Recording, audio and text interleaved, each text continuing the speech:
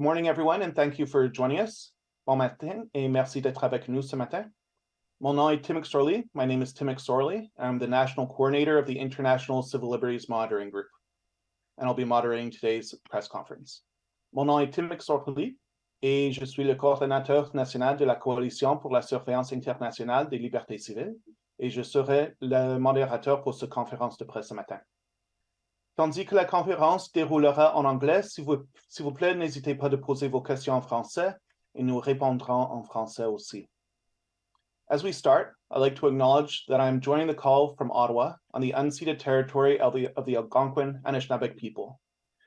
We pay respect to the Algonquin people who are the original guardians of this territory and thank them for their stewardship of this land. At today's press conference, we'll hear from 4 speakers, who I will introduce shortly, followed by a question period. I'm sorry to interrupt. You're recording, but you're not live, and I can't do it myself because I'm not co-host. Oh, sorry. I will do that right now. Thank you. Or actually, apologies, everybody. I'll just make you co-host.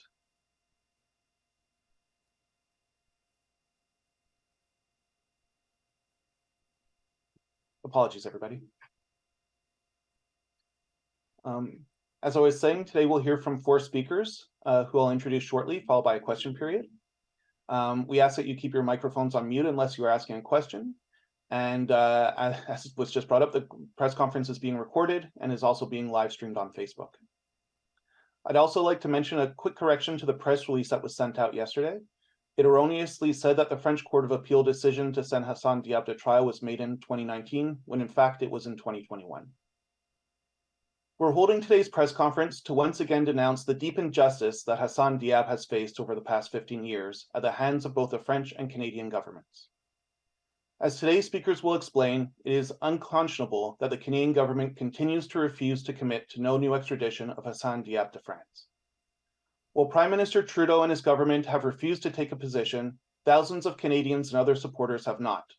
Today at noon, the Hassan Diab Support Committee will be hand-delivering a petition with more than 10,000 signatures to the Prime Minister's office at 80 Wellington Street, demanding that he commit to no new extradition of Hassan Diab.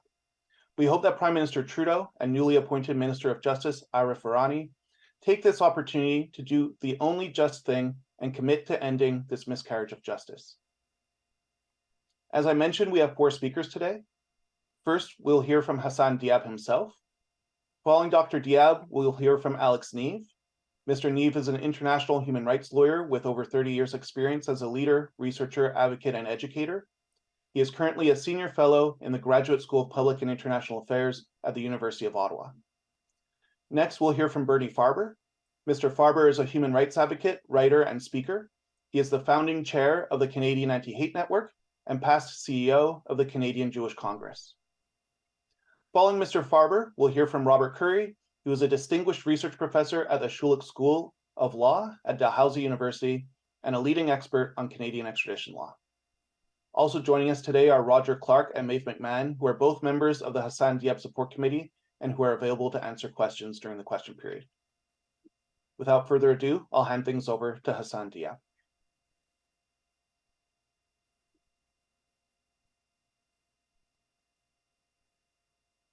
Oh, good morning, everyone. Thank you for coming today.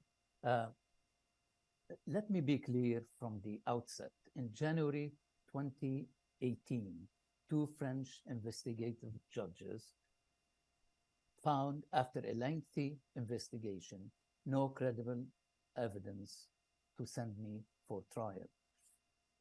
They dropped all the charges against me and ordered my immediate and unconditional release after I had spent 38 months in Europe's largest jail near Paris, most of the time in solitary confinement. I immediately returned to my home and family in Canada. 5 years later, with 5 years later, with no new evidence whatsoever, and with 5 freshly appointed judges who were not familiar with this complex case, like the 2 investigative judges, the Special Court of Assize conducted a trial in absentia, yes, in absentia, that does not meet basic international standards of justice. The bar for conviction is extremely low, and so-called intelligence plays the major, if not the only, role in the verdict. Imagine a court that provides no records or transcripts of what takes place inside, or imagine a court that ignores all exonerating evidence, university record, documents, alibis, fingerprints, and palm prints that do not match, and instead relies on discredited and unfounded allegations. The outcome will surprise no one. I was wrongfully convicted in a highly politicized trial based on unsourced intelligence and old discredited material. It's a case of judicial versus political. The judges said, no, I shouldn't be sent to trial. The political side said he should be convicted. My ordeal has been going on for 15 years and counting. The situation is back to square one, just when I thought the dark chapters had closed. Canadians showed great support and were dismayed by the wrongful accusation, extradition, and conviction. I thought Prime Minister Trudeau would put an end to my ordeal in 2018. That's in June 2018. I thought he was ready to follow through on sincere feelings for me and my family when he said that what happened to me never should have happened, and more importantly, shouldn't happen again. Never should happen again. I felt I could finally sleep well after that statement and not have my children feel my anxiety at the thought of my potential disappearance from their lives again. My young son sees me in photos when his big sister was born and wonders why there are no such photos from when he was born. I cannot tell him I was in prison 5,000 miles away at that time. I'm not sure what to tell my children if Prime Minister Trudeau does not honor his words from 2018. I'm concerned about what to tell my children if I'm forced to go through another round of wrongful accusation, extradition hearings, and so on. My daughter is starting to feel the pain of a possible separation. She remembers that she practiced her first scribblings in a letter she wrote to Minister Chrystia Freeland at the time when I was in prison in France, asking her to help bring me back to Canada. Minister Freeland wrote back to my daughter, promising to do her best to bring me home. I'm not sure how my daughter will feel if she's let down. The silence of the Canadian government has a very powerful echo. It keeps me wondering what's next. Is it another storm or genuine peace? For how long does the government want me to live in a state of limbo? I started wondering if the next person or car coming around the corner of my home will mean the beginning of another round of torture that I have experienced for so many years. The decision makers will not make the case go away simply by dropping our requests and not speaking out. No, the case will not evaporate by itself. The question remains, for how long is this government willing to remain silent? The only way to solve this problem is for Prime Minister Trudeau to translate his words into action. Otherwise, I will continue to feel like an inmate on death row. Lastly, I want to thank all my supporters in Canada and elsewhere who signed the petition, and I invite everyone to sign the petition by simply going to our website, justiceforhassandiab.org. I'm deeply grateful and heartened by your support. Thank you. Thank you very much, Hassan. And now we'll go to Alex Neve.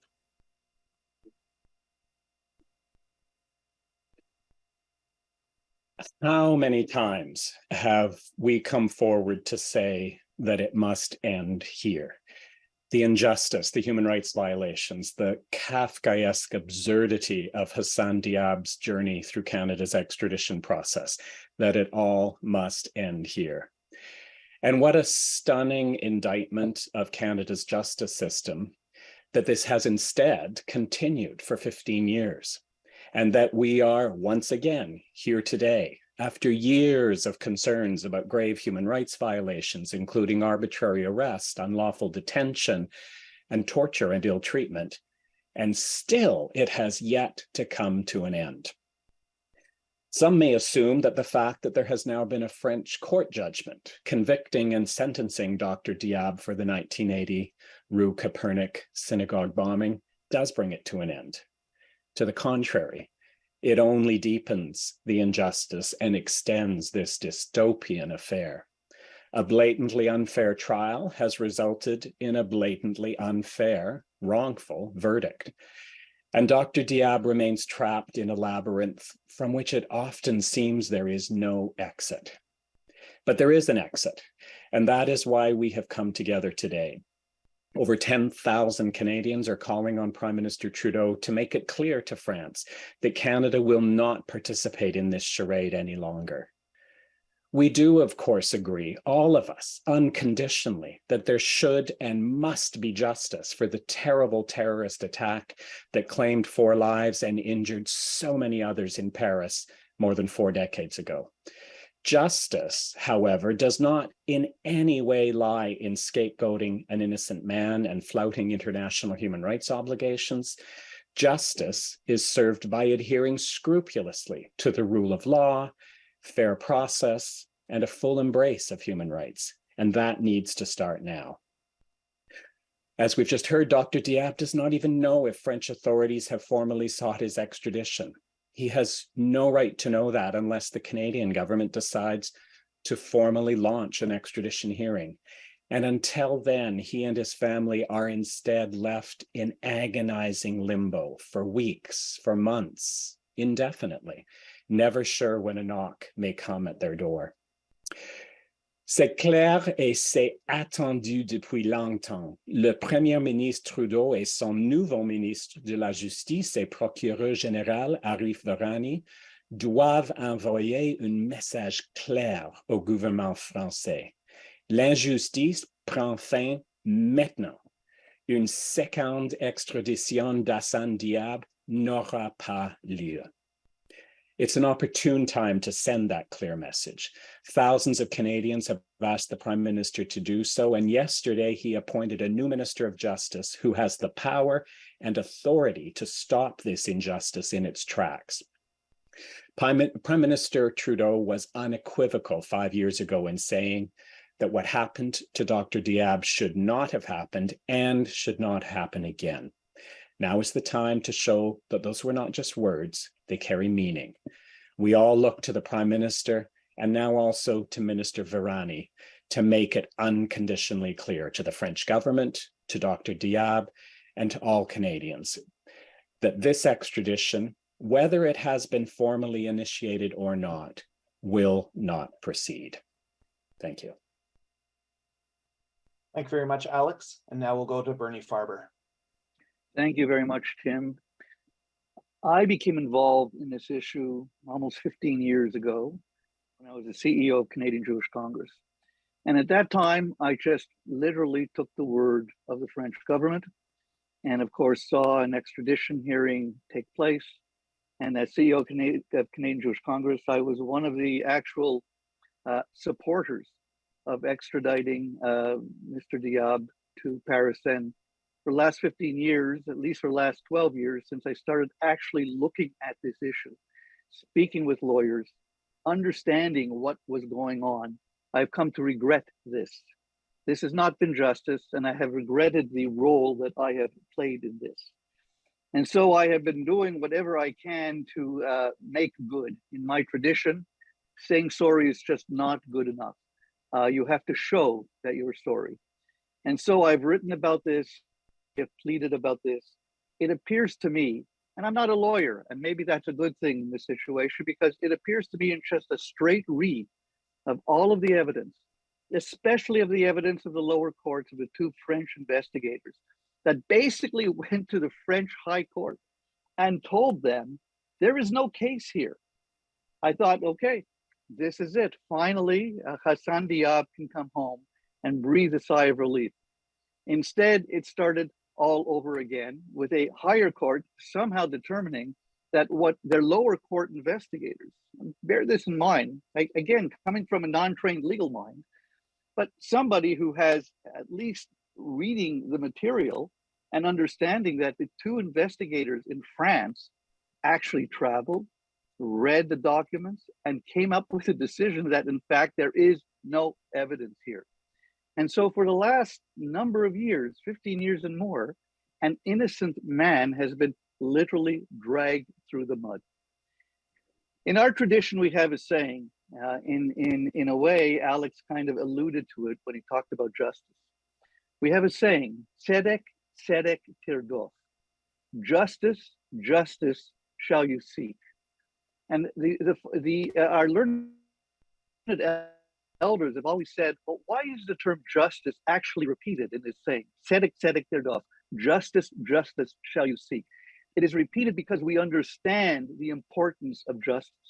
We understand what can happen if there is injustice.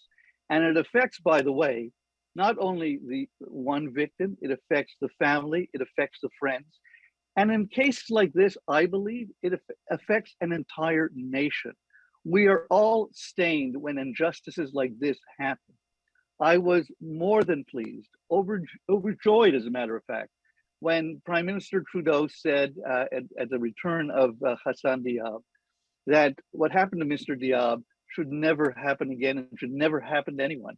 This, to me, was a clear and concise message to the Canadian people. Now is the time, Mr. Prime Minister, to put those words into action. We're all waiting, all of us here.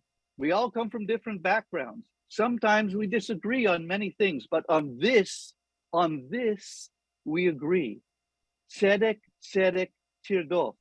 Justice, justice must we all seek. Thank you. Thank you very much, Bernie. And now we'll go to Rob Currie.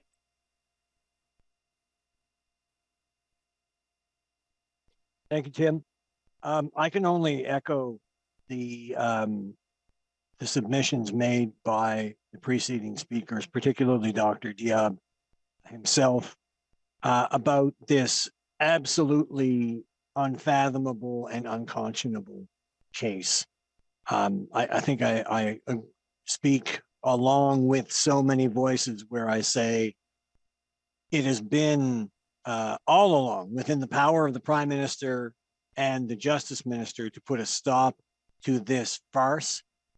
And I am mystified and disappointed at their refusal to do so. I think we can say to lift things to the international point of view, Dr. Diab, it appears, has been sacrificed on the altar of diplomatic coddling of France. Here on the very questionable rationale that they are a good and effective partner in international cooperation in criminal matters. I think Dr. Diab's case is sufficient evidence that they are not, and that has also been shown across a number of other vectors, particularly the refusal by France to extradite Father Johann Revoir to Canada. Father Revoir, as is well known, is credibly accused of abusing Indigenous children in Canada's north historically. And France has been uncooperative and obstructive in that case. But pulling back from the international, looking at the domestic, I don't think there's any doubt that the problems can largely be laid at the foot of Canada's extradition laws and practices. And my colleagues here today and other colleagues around the country have been united in calling for reform of those laws and policies and practices for some time. It has been known for a long time that our extradition laws are unfair, that they don't work properly, that they produce injustices. The Supreme Court tried to bring that to a more sensible place in its 2006 decision in the Ferris case. Regrettably, the Ferris was left unfulfilled. And we're now in a place where there is no room left for going to court and trying to interpret, trying to argue around Canada's extradition laws. It is clear that parliamentary intervention and reform are required. And on that point, if there can be said to be a bright spot in this swamp of injustice, it is that just earlier this year, a unanimous committee, the House of Commons Standing Committee on Justice and Human Rights, has recommended reform of Canada's extradition laws. That recommendation has gone to the Office of the Minister of Justice. And there are 20 recommendations in their report, and I would commend that report to the reading of everyone attending today. And I don't think we can capture it any better than recommendation number 20, which says the committee recommends that the Government of Canada undertake comprehensive reform of the Extradition Act as soon as possible and consider making changes to the extradition process not requiring legislation in the interim in order to avoid further injustices in extradition proceedings. So that recommendation, along with the 19 others in the report, are out there. Again, it's been on the Justice Minister's desk for some time. The Minister is required to respond. It's disappointing that Minister Lametti did not respond prior to leaving his post, but we will certainly be looking to the incoming Justice Minister to take this very pressing public policy matter seriously, because it's not just a case of abstract injustice. Dr. Diab is with us today. This is a case of wrongful extradition and now wrongful conviction by a foreign partner state that is very suspect in terms of the fairness of its legal process and aided and abetted at every step by Canada. It is truly, truly time to bring this to an end. Hassan Diab's face is the face of a victim of injustice, tarnishes Canada's legacy in this space, and it is really time to fix it. Thank you. Thank you very much, Rob. We're now going to go to the question period. Journalists can signal that they'd like to ask a question either by raising their hand in Zoom or putting a question in the chat, and we will read it out or go to you. We'd ask that people keep their questions short, and you can ask one question and a follow-up question. Et vous pouvez aussi poser vos questions en français. So with that, are there any questions from the media?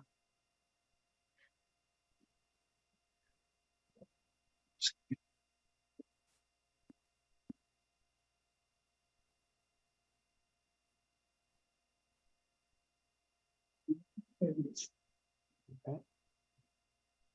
We're not seeing any questions at this time. Oh, here we go. Like, if nobody else is going to ask, I'm just going to ask. Since, Dr. Diab's return to Canada, what has correspondence with the Canadian Justice Department been like, if anything? I mean, of course, we're aware that there was that trial conducted in absentia. At that time, was there any communication between Dr. Diab and any representatives from the French or Canadian governments? No.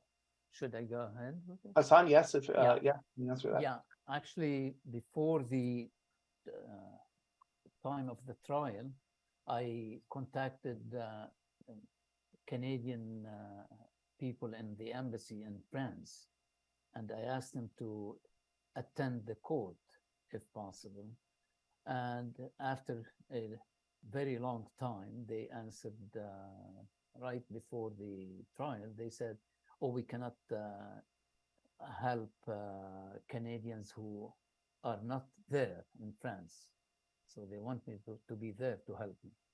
and that was the only communication with the Canadian government. They couldn't, attend the court, though they did it before during the bail hearings, but not during this trial. Just I wanted somebody to witness what was going on in the court, because I expected, certain things, but I didn't expect it to that extent of really absurdity in the court. They used every single little, I wouldn't say not smart thing, including to make my presence in Belgium. They made me somebody said I swam from Lebanon to Belgium.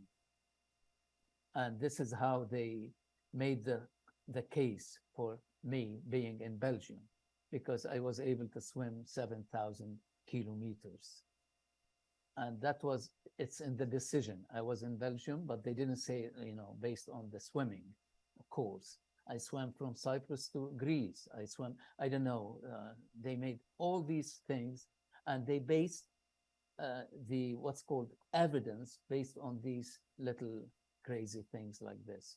But anyway, the government didn't reply. Nobody, answered from the embassy.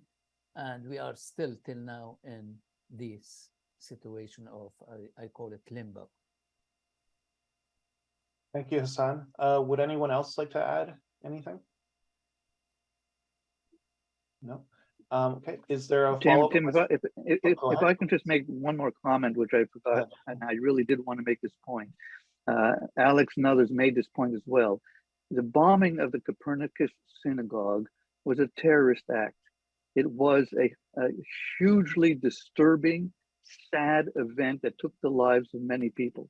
So let's not lose sight of the victims. We certainly want to lose sight of the victims. At the same time, of course, let us not make Hassan Diab yet another kind of a victim. But I just want to be sure that we understand that the Copernicus bombing was a horrible tragedy that should always also remain on the top of our minds. Thank you, Bernie. Any follow-up question, Mr. Lee? Yeah, sure. If nobody else is going to go up, can we just get a sense of the exculpatory evidence that's being ignored by the French courts? Because before coming into this news conference, of course, I tried to do some research, by which I mean light Googling, and it's not precisely clear what evidence is present that places Dr. Diab in Lebanon rather than in France at the time of this terrible attack, and what evidence is being ignored by the French courts. If anyone could provide some clarity or maybe a brief overview of what is not being looked at here. Thank you. Maybe I'll ask if either Roger or Hassan would be able to speak to that. Yeah, if you want to go ahead, Roger, you can go. Yeah. You have more stories, maybe. Yeah, okay.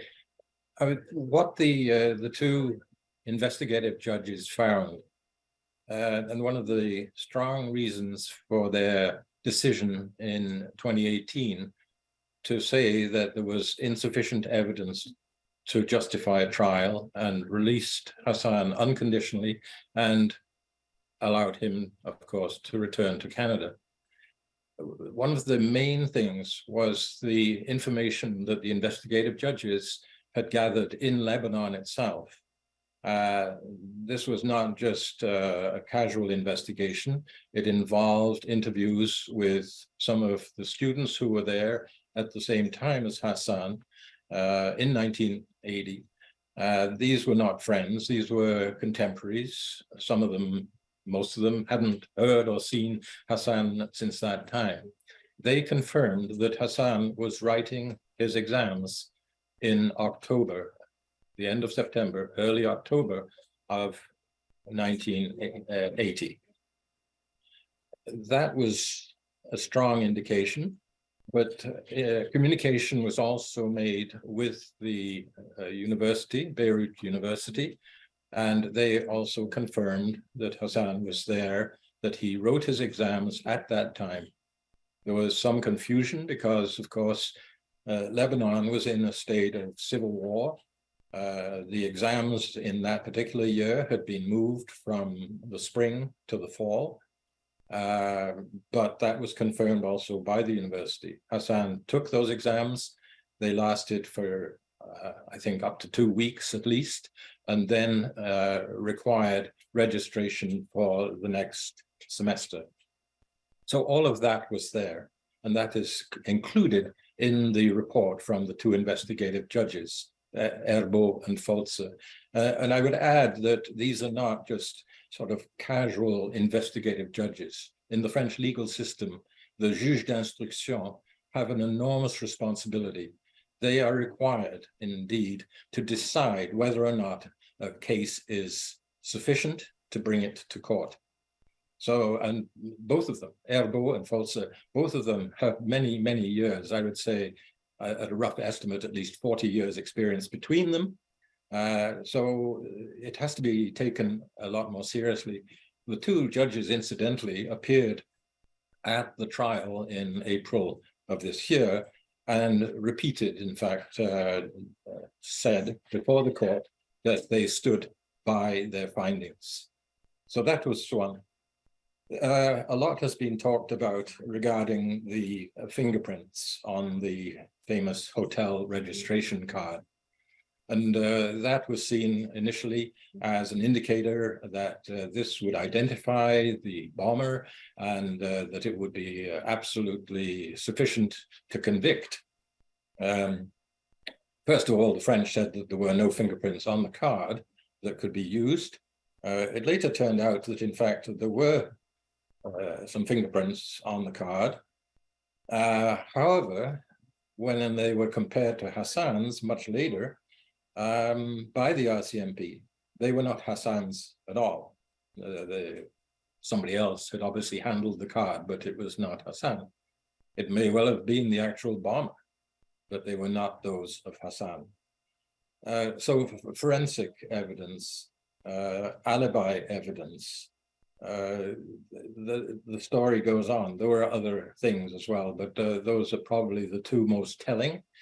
I won't go into the details of the unfairness of the trial itself, but this is a rather crucial point because a lot of people hesitate to say, well, the French, they've been supporting a good justice system for ever since 1789, and so they can't do anything wrong. We all know that every country, including Canada, can make mistakes and does make mistakes, but that in itself is not enough. In this case, just to mention very, very quickly, an in absentia trial with this consequence, in itself indicates unfairness. The fact that an in absentia trial has no provision for any appeal subsequent to conviction, that also is an important factor. The fact that unsourced and unknown intelligence information was reintroduced in the process, would not be allowed in a Canadian court, but was allowed in the trial in April of this year. So, and there's more, but just to be very clear, that the trial was an unfair trial. And from there, we can then go back and look at the impact on Hassan and the failure of the Canadian government to take this in a way that will respond to this miscarriage, will allow Hassan to return, I was going to say, to a normal life. But even if there's no extradition, even if Trudeau says we will not extradite again, it doesn't end there. Hassan has already talked quite clearly about the impact on his children, and that goes on, irrespective. So there's a lot of work still to do.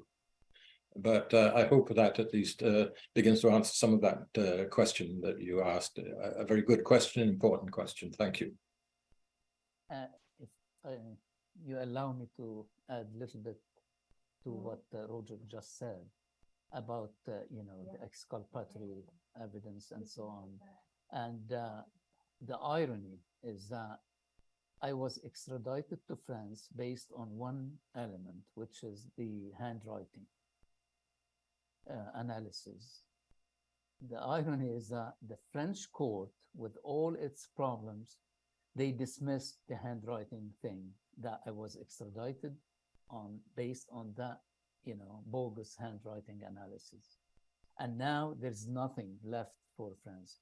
So instead of having new evidence after the decision of the two investigative judges in 2018, they have less than before.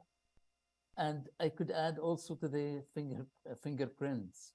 France said they didn't have exploitable fingerprints when they submitted the record of the case in 2008. This is exactly at this, and they certified the record of the case on December 2008.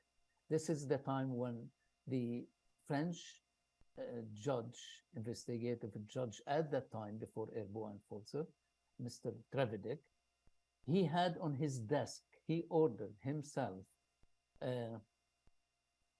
he asked the experts to conduct an fingerprint analysis on the hotel card. And the report came on November 19th, 2008. November 19th, and he certified the record of the case in December, a month later. He said there were no exploitable fingerprints, which is not true. I don't want to call it lie or anything, but you can imagine. That's what he told Canada. That's what he told the court. And everybody believed, because there is a presumption of everything is correct, whatever the requesting state is saying is true. And they took it from there. And I was extradited based on those things. And there was another fingerprint somewhere else on the police document. And they came to the court to say, well, they didn't match Diab's fingerprints, simply because in those days in France, that's the first time I hear it from a police officer in the court. He said, in those days, we did not allow suspects to touch the paper they sign. So you sign in the air, practically. That's why they wanted to justify the absence of my fingerprints, because simply they did not allow me to touch the paper I signed. And stories like this go on, and tons of exculpatory evidence, they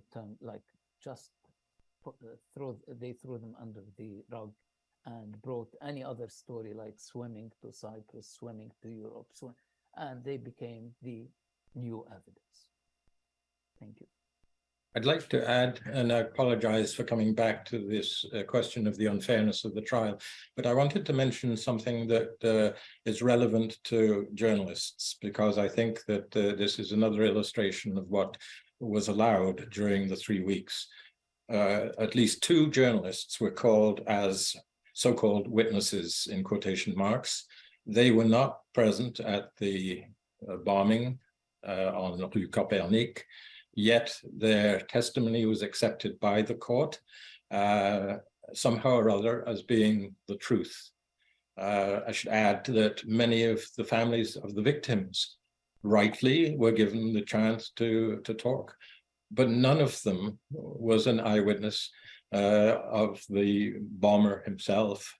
And so all of that, it amounted to probably at least 50% of the testimony was a witness impact statement, and it had nothing to do with the trial of Hassan. Thanks. Tim, can I jump in there for a moment? Yeah, go ahead, Rob. I just want to build, I'm hoping this might be useful to the listeners. I want to build slightly on what Hassan and Roger said. There, in some of the pushback in the public commentary around this case, people have adopted this narrative, and we sometimes see this condescending narrative coming from the government and the government of Canada, and sadly from our courts as well, and the story goes, you don't understand, France has a different kind of criminal justice system than we do. And, you know, things look unfair to you because you're unfamiliar with the way the French criminal justice system works. And in fact, as Hassan pointed out, a lot of our extradition law is built on this idea that our government, in concluding an extradition treaty with another country, satisfies itself that that place is a good place, that it has fair trial standards that are recognizable internationally, and that it's okay to extradite Canadians there. So I feel the need to push back against that particular narrative. Sadly, we saw it from the Ontario Court of Appeal in Hassan's case. They trotted this thing out again. So in case there's any doubt, everyone here understands the basics of the French criminal justice system. We understand that it's different, that it operates differently. And the important key observation is the one Roger made. Any legal system can make a mistake. And here we see mistake upon mistake in a highly charged, highly politicized atmosphere. So no one is suggesting that France is a failed state or anything like that. What we're saying, though, is that there are clear problems with the administration of justice that have emerged in this case. On the one hand, you have very well-experienced juge d'instruction who eventually said, wow, there isn't a case here. We better release this guy. And then we see very politically charged dynamics come forward to move the case along, which produced an unfair trial, closing the story on the unfair extradition that began it. So I just really feel the need to lay that out there. The problems in this case are identifiable. And if anyone wants to go looking for more evidence that France has got trouble with its criminal justice system, there are very credible human rights organizations out there who have written them up. And I would commend those to your reading as well. And if I could just build on this as well, because I think this is a really important point. Perhaps we need look nowhere else to dispel this argument that we in Canada are ill-informed and don't understand how justice is delivered in the French system, than the fact that those two juges d'instruction, who more than anyone have been through all of the details of this case, have done so from the perspective of the French legal system, its norms, its standards, its practices, its expectations, have done so over several years, came to their conclusion that there is nothing here, and not only nothing to justify a conviction, nothing to even justify taking the case to trial in itself, and then took the exceptional step of being willing to show up as witnesses to testify to that exact position when the trial did go ahead. I think we need look nowhere else other than that evidence, those findings from those two incredibly well-placed and well-informed, undeniable experts in all aspects of the French legal system.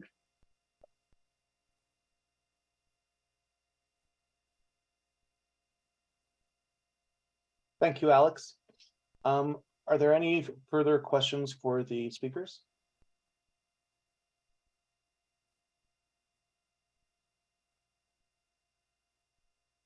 Est-ce qu'il y a d'autres questions pour nos invités? I'll actually ask a question. Can you hear me? Go ahead. Perfect. Now that the screen looks different, I'm just wondering if you can just tell me your message for the Prime Minister. If you could tell him something, what do you want him to know, and what specifically do you want the government here to do? If you could just answer that, that'd be great. For that, I think I'll pass it over to Hassan. Oh, thank you. I will reiterate what I said earlier, that nothing more than honoring and translating his words into action. When you say, like, I feel for Dr. Diab and his family. Hassan, I'm sorry, but at least I am having trouble hearing you. Can you hear me now better? Much better. Oh, okay. I will repeat again. It's a simple thing to honor his words of June 2018, that what happened to me shouldn't have happened and it should never happen again. You know, that's so simple. And this is a chance for the new Minister of Justice to put this statement in action. Nothing more, nothing less. And I'm happy or somehow to see there's some hope coming from the reform front of the extradition law. I hope this will happen soon. They will implement this, the 20 recommendations soon, but just honoring his words. That's what our message. Thank you very much, Mr. Diab. I'm just also wondering if we can confirm, has France officially made this extradition request to the United States, and are you aware whether these proceedings have gotten started? To Canada, you mean? Yeah. Yeah, we have no idea, actually. That's the limbo situation we live in.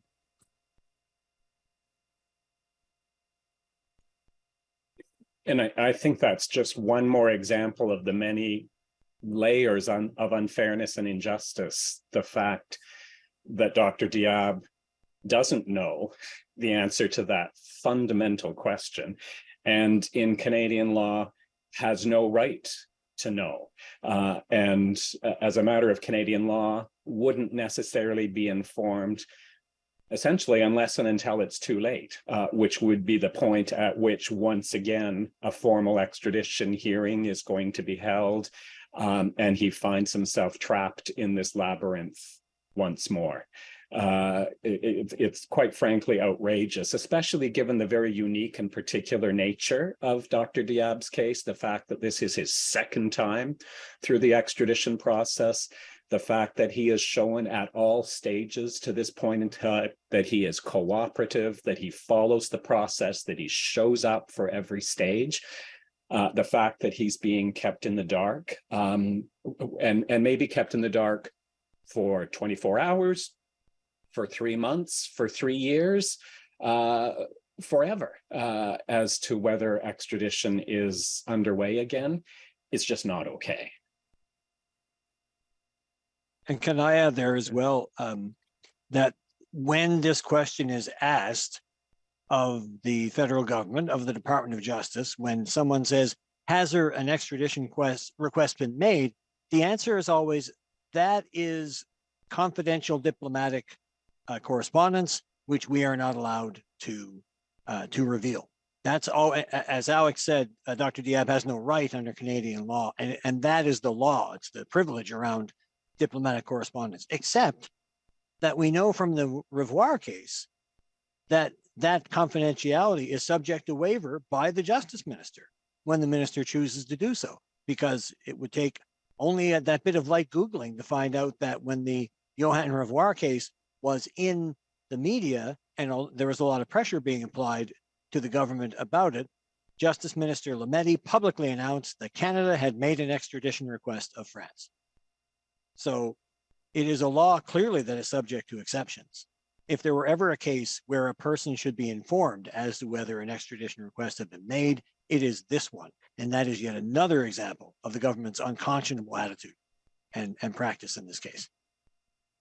I'd like to add to what Rob just said. We should make no mistake that this is not just Hassan's case. This is something that can impact and does impact many Canadians.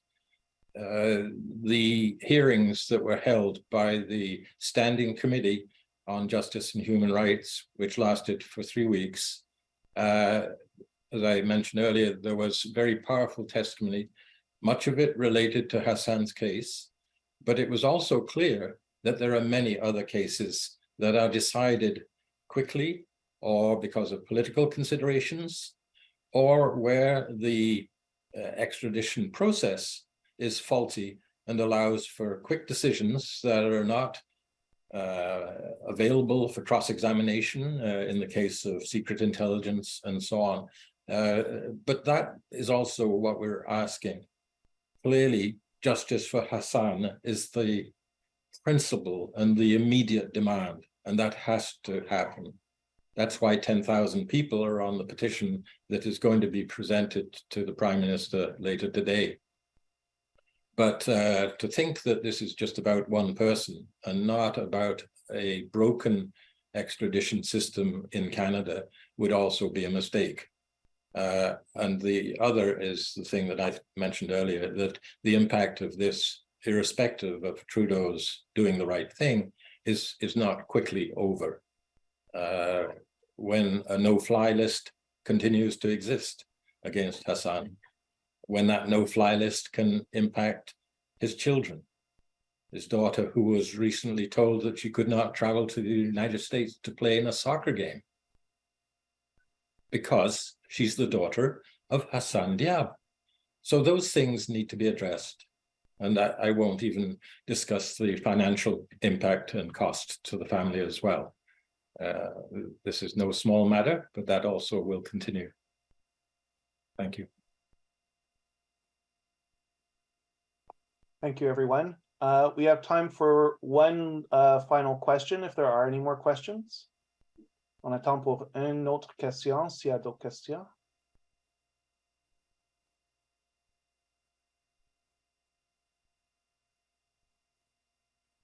Okay. Well, I'd like to thank everyone for joining us today. I'd like to thank all our speakers, and especially Dr. Hassan Diab, for being here today and sharing so powerfully what he's been through. And we'd like to remind journalists that there will be a rally at noon today at the Prime Minister's office at 80 Wellington Street, where they will be delivering a petition with 10,000 signatures in support of Hassan Diab and calling for no new extradition and to an end to this miscarriage of justice. So we'd invite you to also attend that, and there will be opportunities for interviews and to record the event as well. With that, thank you, everybody, and we'll end today's press conference. Record.